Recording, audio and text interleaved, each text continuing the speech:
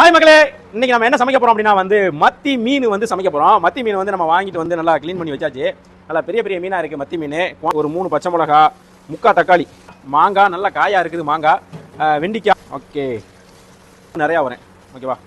குழம்புடி 1 spoon, மிளகா பொடி 1/4 spoon, ரொம்பலாம் போட தேவையில்லை. மசாலா நல்லா பிணைஞ்சு விட்டுருங்க. நம்ம வீட்டு ஸ்டைலில் பிணையிறதுக்கு ஒரு மாதிரியாக முறிவிரிச்சு மிளகா பொடியை போட்டுவிடுவோம். ஓகே மக்களே, மீன் குழம்பு நம்ம என்ன பண்ணோம்னா நல்லா கொதிக்கி மூடி வச்சு மாங்காய், கோகனட் மில்க் கடை,